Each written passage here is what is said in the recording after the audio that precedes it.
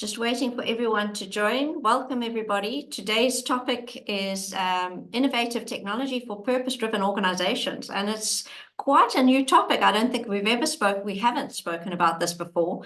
But if you are new to the Good Governance Academy, the first thing we kick off with is please let us know where you're from in the chat function. We did a little analysis of the GGA Good Governance community members, and we represent 167 countries now across the world. So I'm hoping that at least some of those countries will join us today. I'm just going to play a very short video about the GGA, specifically for those people who don't know the GGA, and this is their first event. Oh, now I need to get to the button. This is why you need to join the Good Governance Academy today. Unlock a community that's transforming governance on a global scale. The Good Governance Academy is a non-profit global organization dedicated to promoting good governance and collaboration. We align with the UN's Sustainable Development Goals, focusing on conscious corporate leadership and sustainable value creation. By joining our community, you'll gain access to exclusive events like webinars, workshops, and roundtables featuring global thought leaders. Get personalized event invitations, stay updated with community news, and explore our extensive video library. Plus, collaborate on our ESG exchange to create sustainability reporting playbooks. And the best part, it's all free, so don't wait. Join the Good Governance Academy community today and take your governance game to the next level. Visit goodgovernance.academy. Together, let's create a better world through good governance. Great. Thanks, everyone, and welcome to this webinar. And I see we have Liesl. Fantastic. We're just battling with camera then. But I'd like to just say that this webinar is in partnership with Ben Africa. And we have the president of Ben Africa with us today, Brian Robinson. And Brian's going to tell us a little bit about Ben Africa and why we're having this webinar today. Thank you, Brian. Thank you very much, and yes, welcome to everyone. It's wonderful to have all of you join us today. I saw some of the chats, people saying where they were from. I saw there was someone from Prague. I was there last week, so I'm sorry I didn't meet up with you.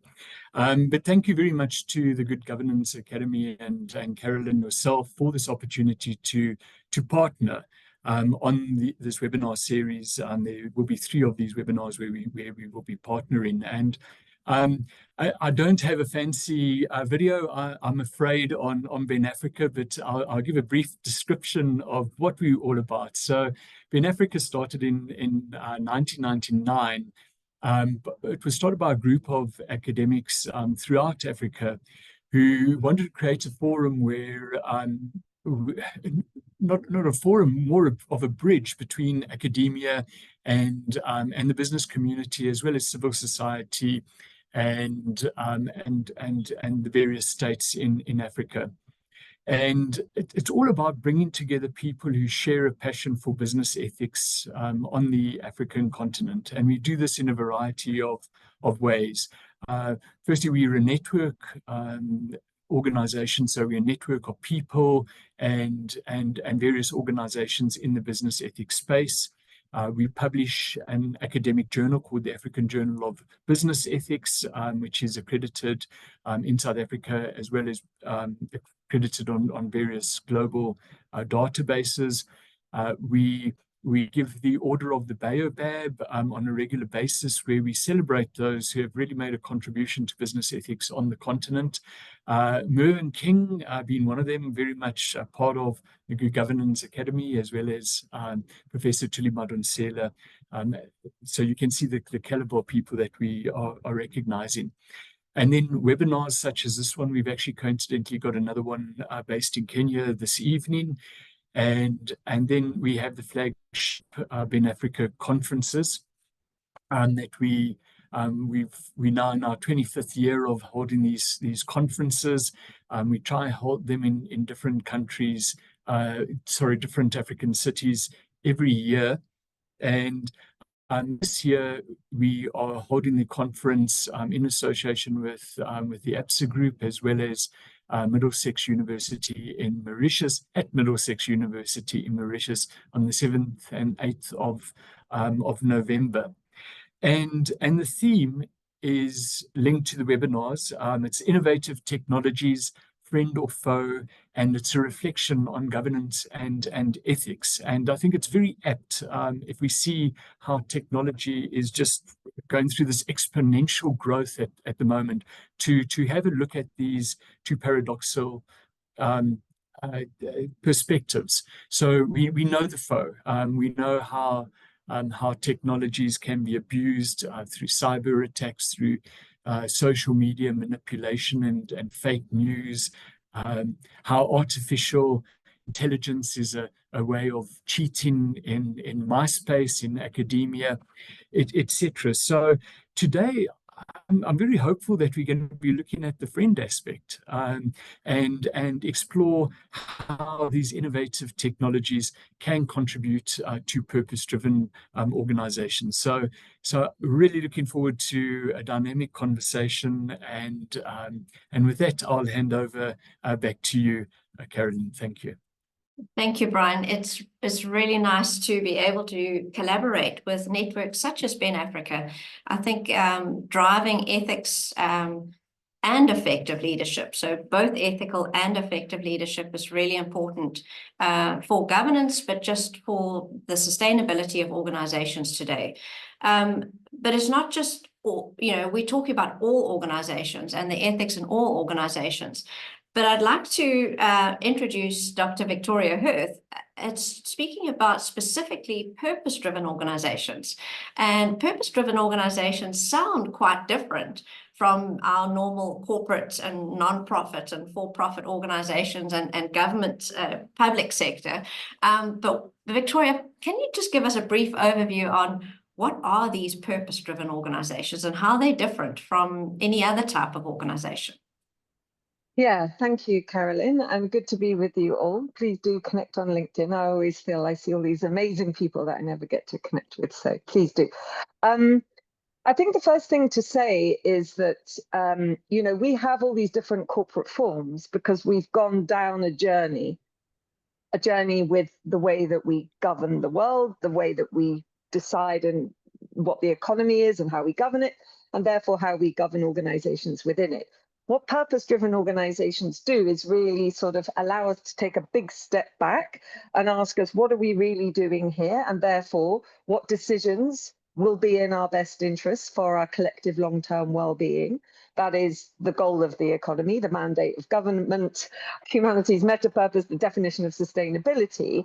And so what it really does is kind of cut to the chase. So allow us to stand back and leapfrog to that point of saying, well, what would it mean to govern an organization so that its decisions were optimally aligned with the goal that we're after, collective long-term well-being? And that's really what a purpose-driven organization is. And then it then asks the question back, why do we have organizations that are not that?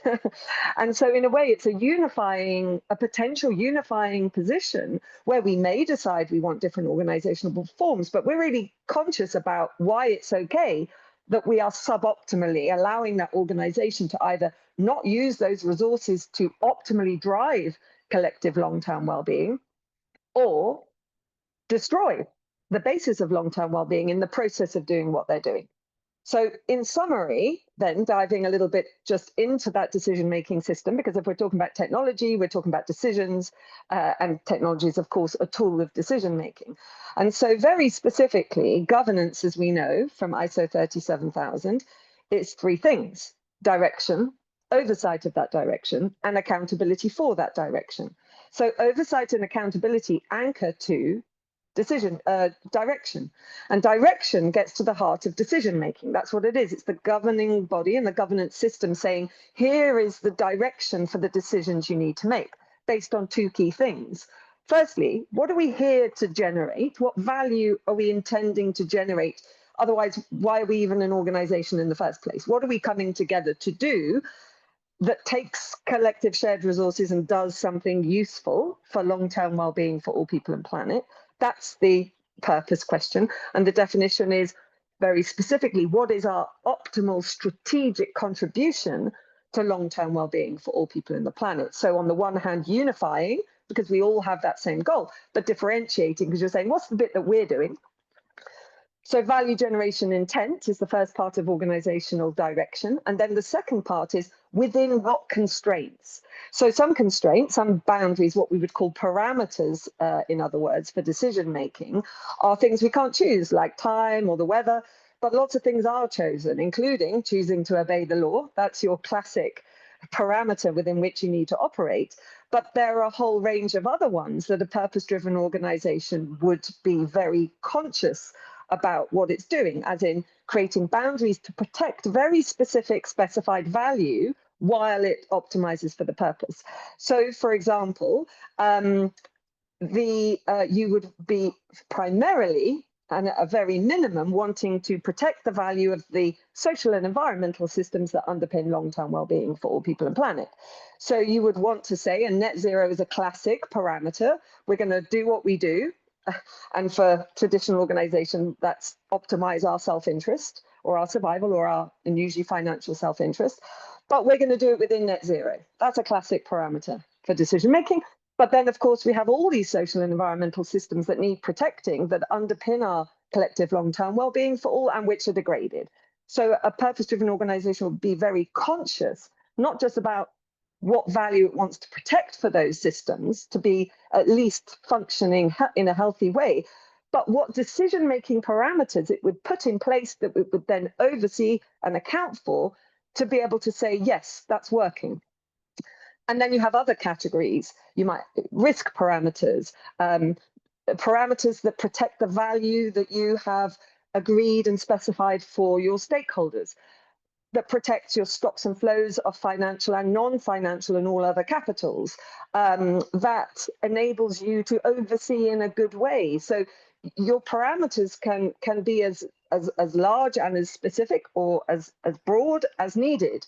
But the question that is at the heart of any parameter is, will this, as something that's applied by the whole organization, including the governing body, will those parameters actually optimize our ability to achieve our purpose within our other parameters? And if not, we shouldn't constrain strategy. And that's the last thing perhaps I'll say, is that, of course, you have your direction, your value generation intent and your value protection intent, and that governance frame sets the basis for strategy. And strategy is, how do I optimally achieve this goal within these parameters?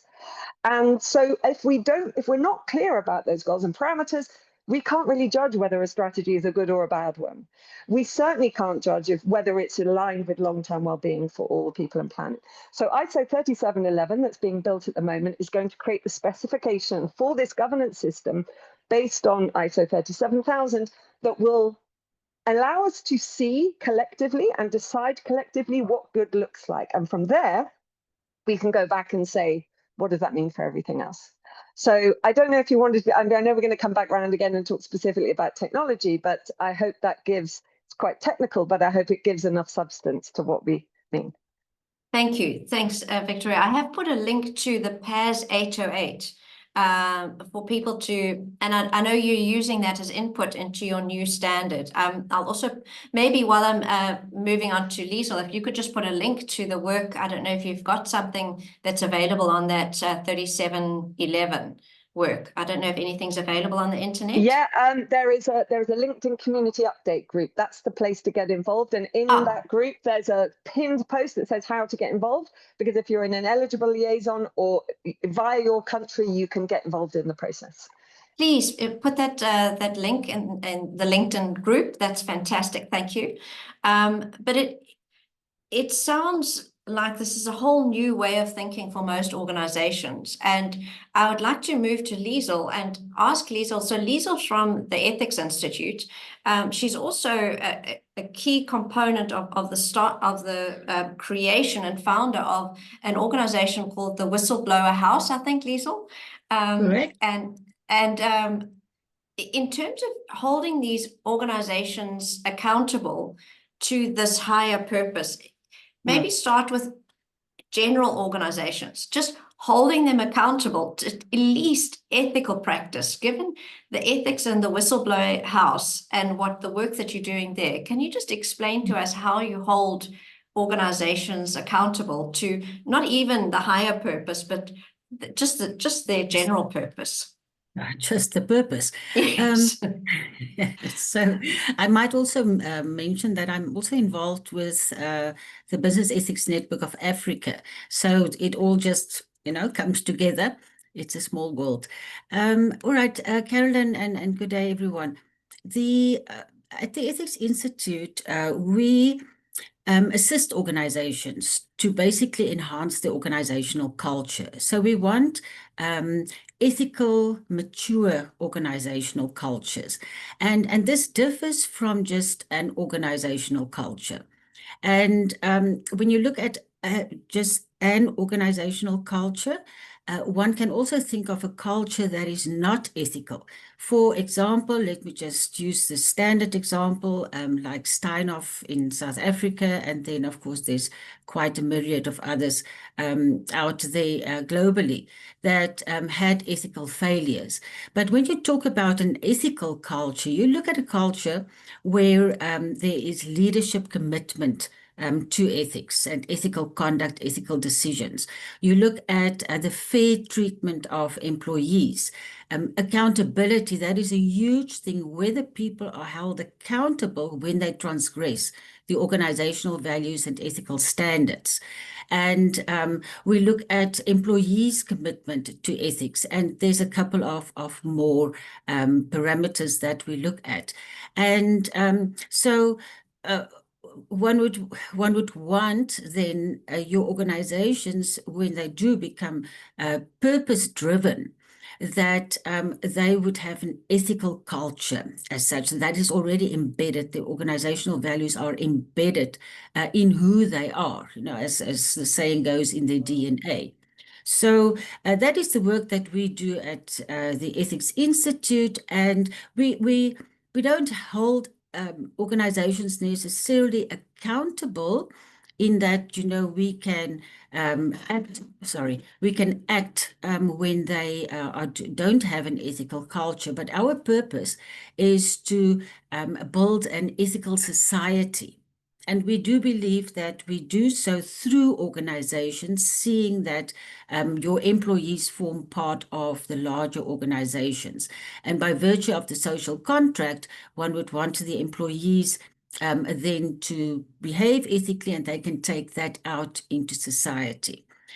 When it comes, okay, I will talk about whistleblowing in a while. I'm sure, Carolyn, that you will go into that arena, unless you want me to say anything about it. Yeah, talk about All right. whistleblowing. Yeah, so what happens in an organization if unethical conduct goes undetected? That unethical conduct becomes the norm. And that is then when you can really get that organizational culture that is actually unethical.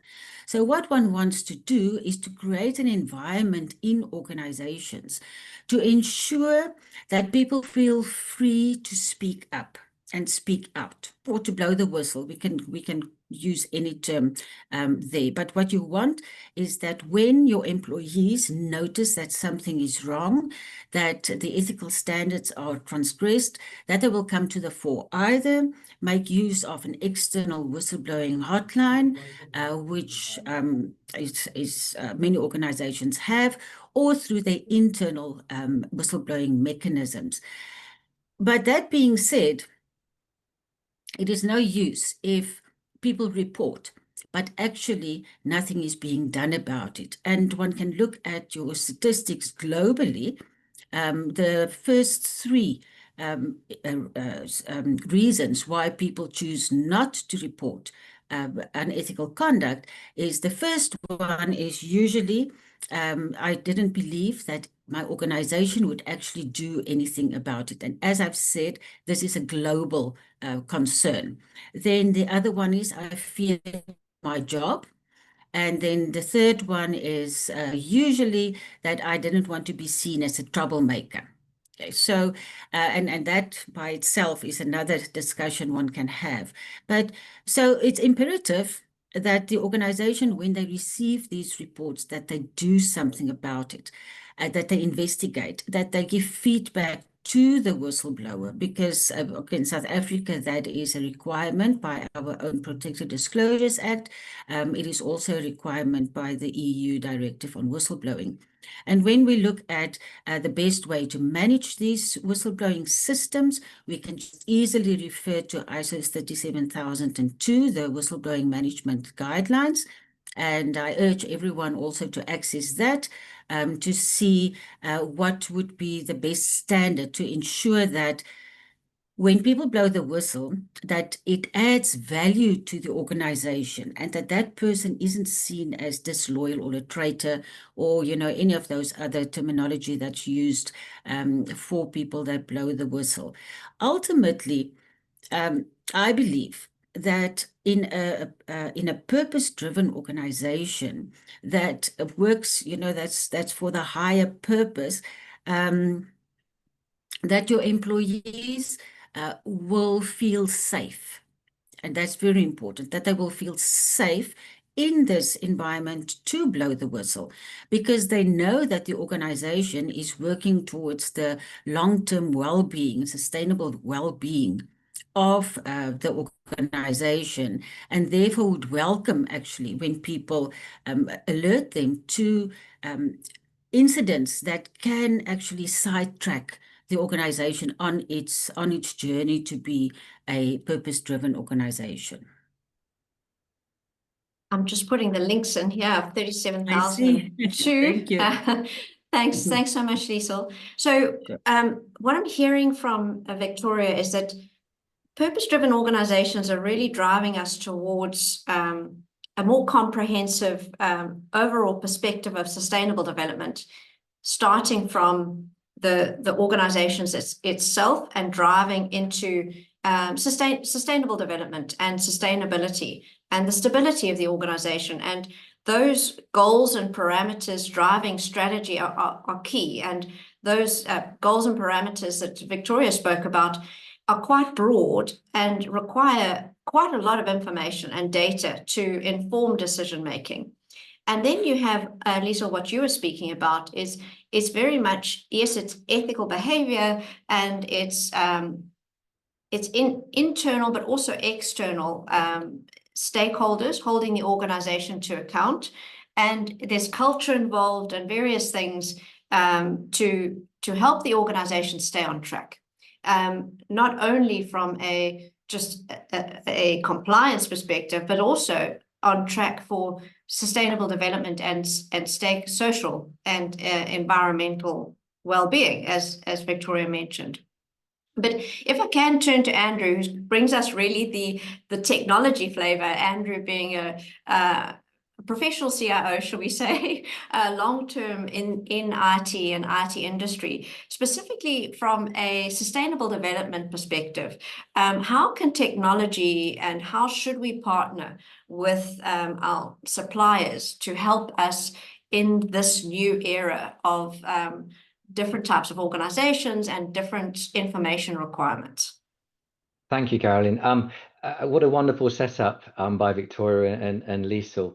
So I must set the context to the audience, please. My background and why I'm really presenting today is too many years in technology leadership. A good many years were spent at Tullow Oil, leading technology across sub-Saharan Africa, both West Africa offshore and onshore in East Africa, and also other parts of the world too, but with a particular focus on developing countries where Tullow had an ethical position. I'm trying to use some of the language that I've heard over the last few minutes to give something back. So to bring its knowledge and skills and expertise in engineering and actually bring something back. Yes, commercially, both Victoria and Liesl highlighted the ultimate value-driven aim of most organizations, and also to bring value to the countries and the communities in which Tullow operated.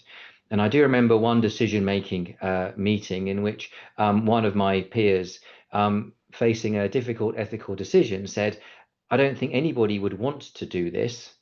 However, I would prefer to do it because if I do it with my colleagues, brackets at Tullow, we'll do it right. We'll do it the best way possible." whereas other organizations would make the same decision, but perhaps would do it in a different way. And when I say a different way, in a way which could put the environment at risk, which could put the local communities at risk, and of course could hurt people. And oil and gas, its principle, after, I'm afraid, making money, it's a business, is not to hurt people and it's not to damage the environment. And I hope people actually believe the sincerity in the way I say that. So I start with the outcome, that the technology that I was enabling for Tullow was to, one, deliver the operations that were required, and an outcome not to hurt people, and an outcome not to damage the environment. Two things which are truly measurable and ultimately are two very clear compliance measures of success or failure. So again, this is the long segue into where technology fits. Now I can perhaps speak in slightly different language. When introducing any technology, you obviously have to keep it simple. And I've heard simplicity in what Liesl and Victoria said around decision-making and direction and principles. And the same in technology. And I'm only going to repeat what I think everybody knows, but we tend to forget. Introducing new technology in any organization, and any new technology, new being new to the organization, whether it's a well-established technology or a new emerging technology, is people, process, technology, and I think we have to say, and data. So let's think about the people first. Have you communicated to them? Are they trained and skilled in the use of the technology that you are introducing them to? Processes. Have you introduced or amended your ways of working, which enables that technology to be used in existing processes, to transform or adjust existing processes, to add value? And we'll come back to data, which is something we always forget. Is the data ready to be used? Now, if you do that, you have the greatest chance of doing things right. Doing things right being delivering all of the compliance, which means all of the success and the value that Liesl and Victoria have described. It means doing things in a compliant way, which typically means a legal way. From a technology perspective, it also means you're doing it in a secure way, a way where you are not only protecting the data for yourself from those people that would like access to your data to use it inappropriately. Let's call them the hacker. And also where you might simply be using data inappropriately, either by design or by accident. I'm very familiar with GDPR. Just basic principles around customer and client data. Do you have permission to use that data in the way that you are using it? And are you using it appropriately? And if we think about long-term data holding, are you holding information longer than you need? And when you no longer need it, are you disposing of it in an appropriate way? Said slowly and with the support of chief compliance officers or DPOs, and I can't help but emphasize the value of those roles, you can operate in a purpose-driven way, you can be compliant and you can be secure, and now we'll come back to my outcome as an oil and gas company, you can be safe. You can reduce the risks, you can reduce the likelihood of incidents, whether they are data-driven in terms of security, data-driven in terms of health and safety. People know how to operate, where to operate, when to operate, and in what way. So if they haven't got the information, there is a risk that they will damage themselves or they will damage the environment. So again, damaging any purpose of an organization wishing to work in a purpose-driven way, quite outside the principles of hurting people and damaging the environment and damaging the community. So I really want to sort of tie the loop up there around compliance. Now, take a step down, if I may. I couldn't sit here and not talk about AI, but I really want to emphasize that what I'm saying about AI is specific and generic around any new technology or any emerging technology that you wish to apply to your organization. And I'm going to repeat what I said a few minutes ago. It's highlighting, specifically, AI is highlighting the laziness that we have all come to, perhaps Lisa, we need some more whistleblowers around this, around the management of data and data governance. I think we've all got lazy because we are given access to vast data stores that no longer are disks on servers in a data room. Forgive me, I'm speaking to the technology folks on the call, but we're just using cloud-based technology wherever we are in the world, even at the most hard to reach places. And perhaps later we'll talk about access to technology in hard to reach places. But we can all access the internet today, which means we effectively have unlimited access to data storage, which means we have become lazy, particularly lazy in how we delete data. And also we have become ignorant of how we store and care for data. And that's putting one of our key compliance outcomes at risk as well. So let me run through AI very briefly, and I'll pass back to Carolyn. I always look at AI and I really flag to people, AI is not one thing, it's at least three things. And I'm going to keep it simple. I'm going to talk about Gen AI, LLMs, and machine learning and data analytics. Generative AI, a use case for generative AI today is fast track proposals for sale or contracts for commitment. And it's a fantastic tool for fast tracking both. However, if you are pointing your tool to a series of out of date, incomplete, or inaccurate proposals, you can imagine what the tool is going to do to create for you your new fast tracked proposal for your next client presentation. It's not going to be as good as it could be if it was only pointing at the best proposals that you have used in the past. Similarly, contracts, I think there's a long term for lawyers out there. Don't worry, lawyers. I think a fast track for initial contract is speeding up, but the long-term focus on creating the best contracts is there where it needs that human in the loop to review. Clearly, if you're pointing your Gen AI tool at quality contracts, your first draft contract is going to be a much better draft than if you've got a load of old draft contracts that it's using to create that first pass contract. So quality of the starting source. LLMs, smart search, all right, my goodness me, it's very smart search, but that's what it is. Should your LLM be focusing on certain data areas within your business? Should it be focusing on your HR employee records database? Probably not, unless you're in HR doing talent development work. Should it be searching on customer data? Well, client data within your CRM, AI-driven CRM, but not customer data in the form of data processing, financial transactions, or healthcare information. And my time at Paragon and Grenadier the last few years is very much focusing on that. So you need to make sure and be confident that your environment is suitably firewalled, and I use that with a little f, not a big F, so that your LLM is only searching the right data to enable you to make better decision making, which is where Victoria started the conversation. And let's finish my little piece on machine learning and data analytics. One of the brilliant things around machine learning, which is not a new thing, by the way, it's not AI of the last year or two. Machine learning has been around for a long time. One of the things that machine learning brings is it brings a focus on trend, direction, correlation, and anomaly.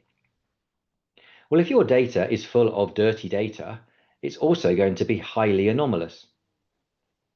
So if you want your data analytics platform, your machine learning AI, to give you something new and different, to help you focus on the opportunity that you didn't otherwise know, or not be diverted by the anomalous opportunity or data point, you've got to be confident that your data source, your data lake, your data sources, because today it's not about one single environment, it's many sources, is clean. And therefore, getting data right, doing the things which we've become lazy about, is something which I think is critical. So I just conclude, whether you want to avoid hurting people, damaging the environment, you want to optimize your contribution to society, and you want to make the best decisions right across your business, you need to focus on communicating to the people, looking at your processes, and looking at your data. And if you don't do that, you can only expect value to be destroyed and damage to occur to your business at the end of the day. Thank you, Andrew. Thanks so much for those insights. I think it really brought our discussion down into the operational requirements and basics. And you know, as our title said, innovative technology for purpose-driven organizations. These are cold, hard facts. As if we're wanting to look forward, and you gave a fantastic example about oil and gas in Africa, and still, even though the purpose of the organization was profit-driven, there are ways in which you can do that, and you can use data, and you can track using technology to limit impact, and certainly be transparent and provide disclosure around how you're doing that, and what your impacts are, and certainly how those are likewise impacting your organization. Then just shifting to Victoria, in closing the loop now, in purpose-driven organizations, we heard about these new technologies, these innovative technology. And I really liked your point, Andrew, saying that any technology that's new to the organization is new technology, and it is an innovation in the organization. So there is a systemic shift that's needed in the culture and mindset of that organization. But to Andrew's point about these innovative technologies requiring information, requiring data, Victoria, how are you aligning those new requirements, specifically when you're talking about multi-capitals, in terms of providing the guidance that you need for setting up the parameters and goals for your purpose-driven organization? Well, I'll answer that in a couple of ways, and then you tell me whether I've nailed what the precise point that you're making. But I think the key thing is, and this is where we have to be kind of meta-reflexive about decision making in order to understand where we've gone wrong, why we're locked into going wrong, and where we're going, in order to be able to ask and answer those questions about data, information, and the technology that brings it. So ultimately, the reason that we are in such a mess, in summary form, I would say, is that we have created this box of decision making, which we govern to, and which creates a highly simplistic view of reality, but one that we can deal with, and one that makes us a lot of money. And it's based on short-term financial self-interest. Now, that's what I would call a traditional business as usual, because we've specifically embedded that decision-making frame, and it requires certain technology to be used in certain ways. And often we're creating that technology not because it serves this system, because it makes money for this system, but then comes back and affects that system. And I think AI falls into that category, right? Now, then you have these organizations, and I think, Andrew, yours seems to fall into that, which are what I would call Logic 2, which are enlightened self-interest organizations. So they are all the classic assumptions about the economy and how organizations and business should run, but is starting to not just placate stakeholders who are going, hang on a minute, there are problems here, you need to do something, but actually, like you were saying, Andrew, saying, no, we really want to protect this value. We really want to expand our parameters beyond just checking we have enough stocks and flows of financial capital. We actually really want to have the data and the information and to be able to make decisions that also protect value A, value B. Now, usually that's a little bit enlightened on some things. So the data and information that's required in order to be able to expand that decision-making frame will require the additional information. But to the extent that the organization has said, that's important, we better check for that. We better have the data information in order to make that decision. Usually that is nowhere near broad enough that we need to be able to understand the real reality that sits outside of this decision-making frame. Whereas purpose-driven organizations are really opening the window to the real reality, the complexities of which really do exist and which we've tried to pretend don't, and the systemic consequences and degradation that have happened as a result. And therefore, they are, at least at the initial step, saying, we intend to make decisions in this way in order to have these effects on value. Now, they may be a very long way from that, but they know where it is that they want to go. And so in terms of data and information systems, everything you say there, Andrew, absolutely, would be the case for a purpose-driven organization.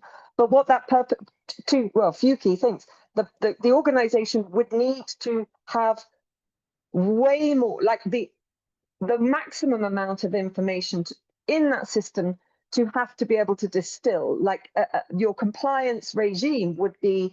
Now, we all face all these. We have so many constraints to our decision making, but we usually are not conscious of them, and they're not consciously in the decision making system. So that would be different. So this is where that meta reflexivity around data comes in. The organization would be asking itself, not just to tick a box and comply, but to comply with protecting that value because it matters. Is this the right data? Is this drawing from the right source? Should we be making it a different way? How would we check? Because there is that motivation to want to, but around an expanded sphere of parameters. So that, and then of course you have the fact that the innovation, your idea of what is a market, how do we generate value, in what way, with what collaborations, also expands. And so your requirement for information will be broader, but also very dynamic and based on that real reality, which is constantly changing. So I don't know if that answers the question, because if we imagine every possible organization that you can imagine, from a one-person trading organization to a community group to the largest business to government, or all organizations, the technology and information requirements are going to be hugely varied. Where they're going to remain the same is that the generation goal is going to be anchored towards saying, but how does this contribute or not to long-term well-being for all people and planet, the reason that we exist, which is why making self-interest doesn't fit that.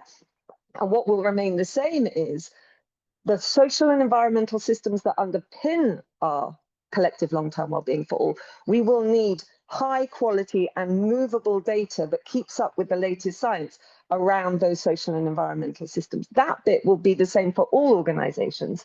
What will be different then is infinitely variable.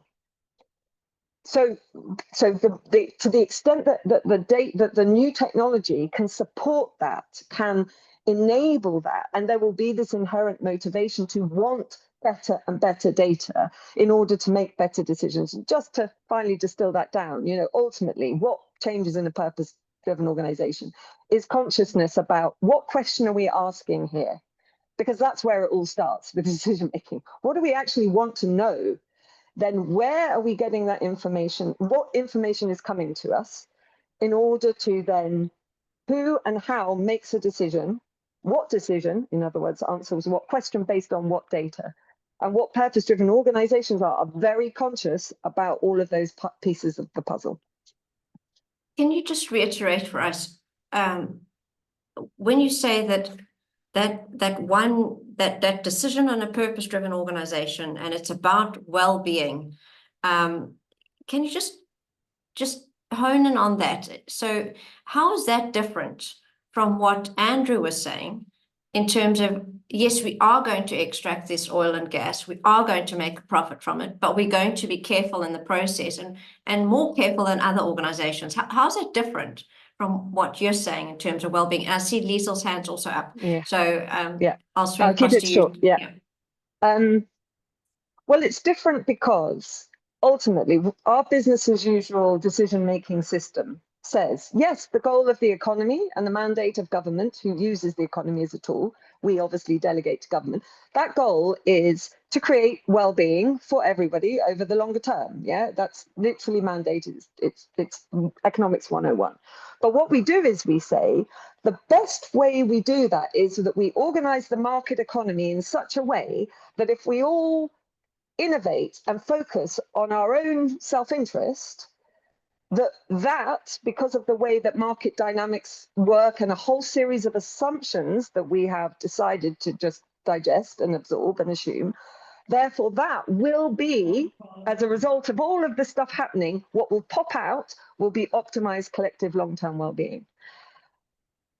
The definition of sustainability, meeting the needs of the present without that is essentially saying But what is the problem that we need to solve is well-being, in other words, a good life, and that could be for humans and non-humans, for everyone over the long term. In other words, long-term well-being for all. So we only have a concept of sustainability because essentially the economy and the assumption that self-interest will lead to well-being, and we're so sure of it we don't govern it, is not working. And so a purpose-driven organization essentially corrects that by saying, why are we assuming that as long as we make money, well-being will result? Why are we not just innovating to the end goal and creating a far more efficient and effective economy?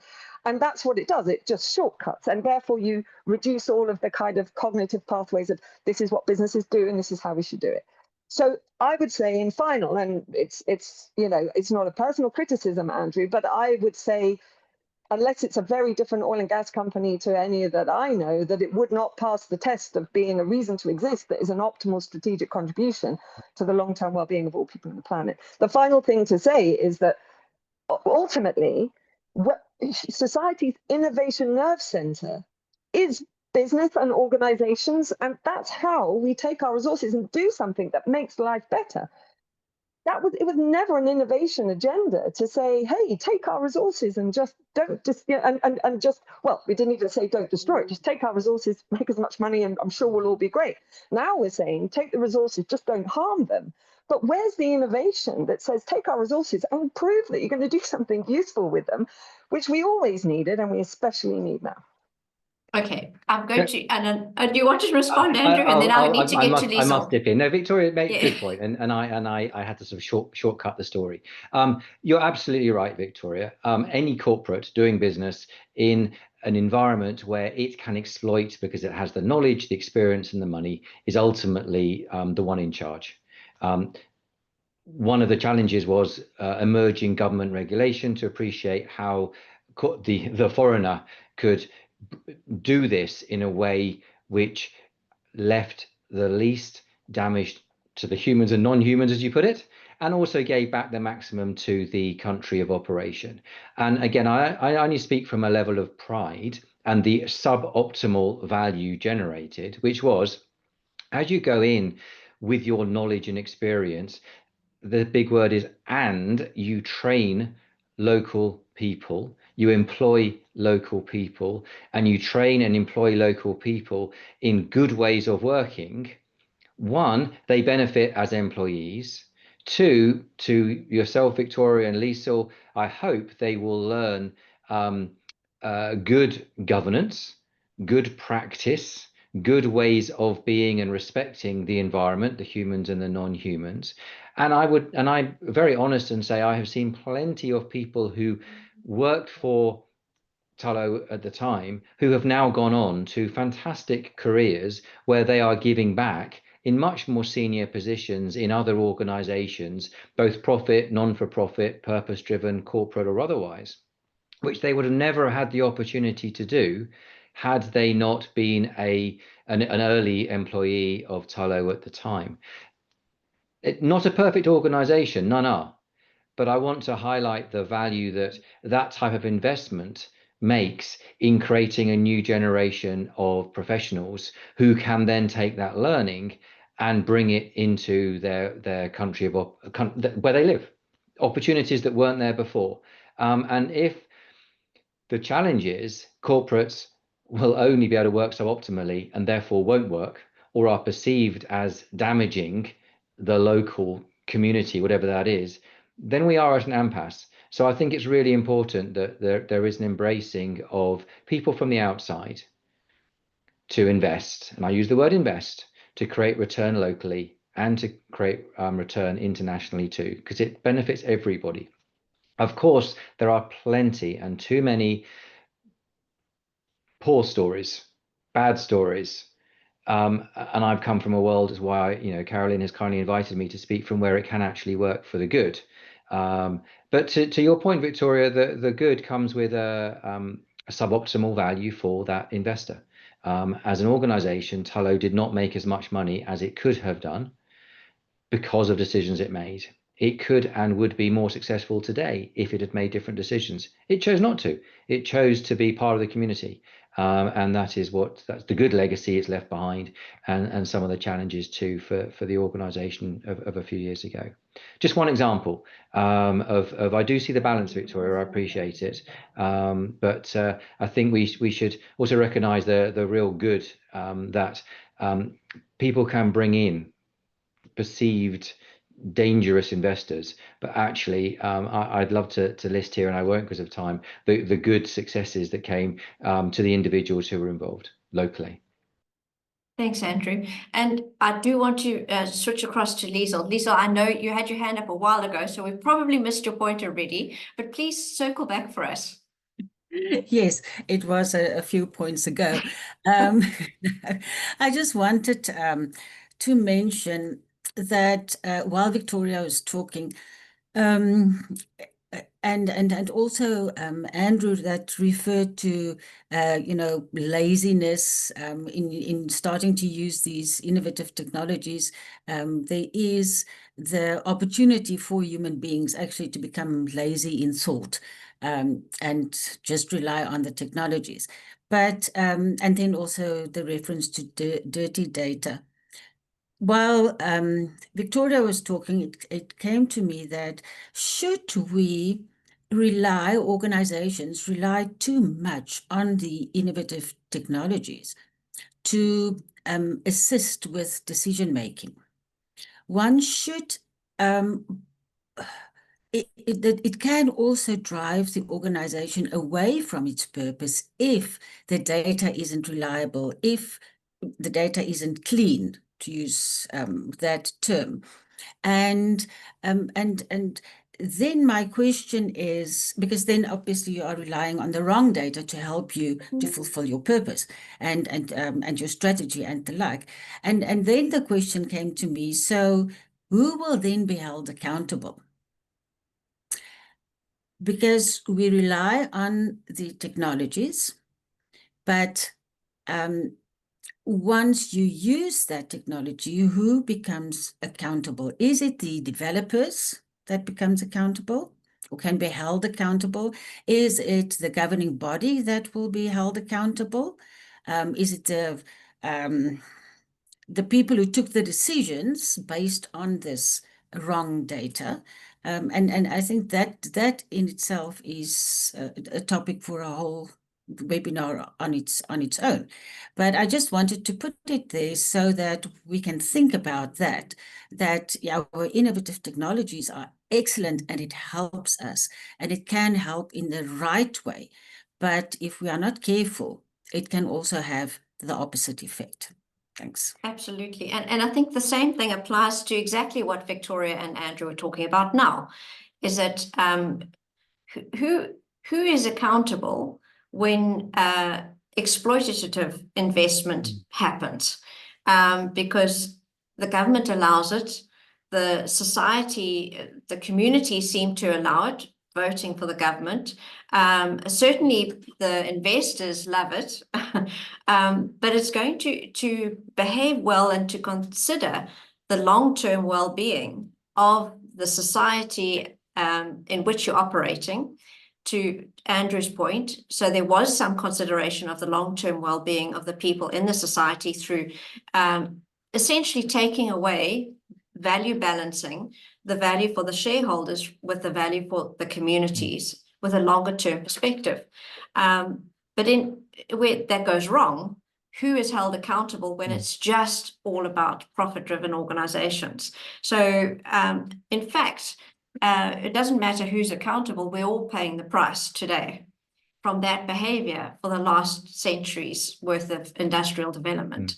So we're actually seeing the response. And I think the purpose-driven organizations, as Victoria was saying, has really shifted it to say, is it just governments that are responsible for the long-term well-being of people?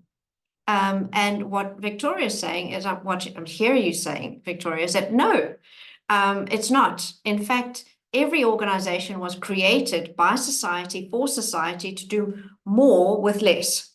And we're actually expecting those organizations to, in the first part, behave lead well and effectively to be effective.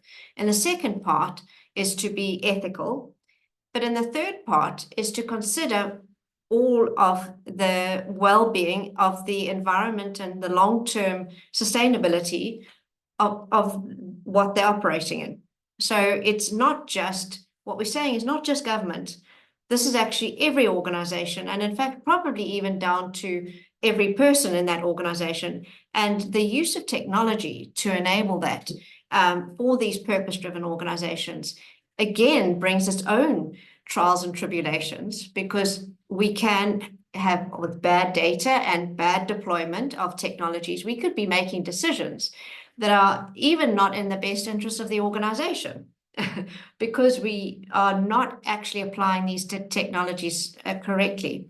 So I wonder, just with that kind of summary, we've only got 4 minutes, last points from everyone. Victoria, I know you're dying to say something, so if you could start. Well, far too much than I am able to say in the time. But just to say, as you looped around there, to say this is all about what are the quality of our questions that we're asking and answering. The data then supports that. We've had cart before horse. We create technology to create money and then hope that somehow it's going to feed and support a system of decision making that is essentially set up in a way that's destroying us. That decision-making system is wrong. And so if we supercharge it even more with better technology, it's, the better governed it's going to be, the worse the consequences are. So until we correct the decision-making frame, it doesn't matter what technologies you're going to put in or get out, they're going to drive the harm. So that's the message I would say. We need to sort our decision-making and our governance. Everything else will follow. Carolyn, please. I want to also just acknowledge Daniel's question as well. Yeah, I was just looking at reading it. Acknowledge Victoria's point as well, and your question. When I was the Chief Information Officer of Tullow, I felt very accountable for what I was doing. And I was accountable first for the people, and then I was accountable for the technology, and then I was accountable for the value that it created. There wasn't an order to that. They all worked together. And I was humbled on too many occasions by the people I met across the world. So I'm not picking anywhere now. Developed and less developed. I was humbled by the people and their energy and enthusiasm to learn, use, and bring technology to the table for the best for themselves and for the organization. So it comes down to leadership and something I was very proud of. And it comes down to the enthusiasm of the people that one leads. I really start with people, and the rest follows. Thank you. Also looking at Daniel's point, I'm not sure if that's something, Liesl, you can talk to. Thank you, Andrew. Okay, let's have a look in the Q&A. I'll just pull that up quickly. So Daniel's saying, I was a bit concerned about the language behind technology, and Andrew has clarified that. We work with CED. What is CED? Maybe you can just pop that in the chat. And strongly believe in product development that does the work of I guess, bridging the technology poverty gap, right? Though predominantly we seem to focus more on individuals needing community economic development. Thank you. More the individuals needing to be the ones who work to improve their skills, inclusive of better tech product development. It is more than that is more human scale ethically. Would just like to see this considered more as well. So curious where this is on the radar in this conversation. I hope I addressed that, but yeah, I think you did. Do you want to just reiterate that? I know I've got 1 minute for Liesl, but if you could just reiterate your answer to that. I'm just going to, as the Chief Information Officer for my organization, I felt absolutely accountable for the people who were delivering technology and the technology itself and the way we were working. So it's about being accountable at a leadership level. That's what I want to emphasize, Daniel. If you're not seeing it, it's because there's a leadership failure, not a people failure. Thank you, Andrew. Thanks. And Liesl, last remarks. Okay, very quick, 30 seconds, just to bring, again, also close that loop. The circle is that we cannot have a good and effective governance in an organization if we do not provide a safe space for internal and external stakeholders to raise their concerns when they observe unethical conduct, misconduct that can redirect the organization in a direction where it doesn't want to go. So I will end with that. Thank you. Thank you so much, Liesl. This is the first part, as Brian said, of a 3-part conversation. So we don't have the answers today, but I certainly hope that you have seen that this discussion needs further progress. Andrew, thank you so much for bringing those thoughts through to us. I think it's just your tallow example was really a very good one. Thank you. Victoria, thanks for bringing us again back to the basics of what is a purpose-driven organization in terms of well-being. And Liesl, thank you so much for bringing us into the ethics space and also into the aligning ethical and effective decision-making.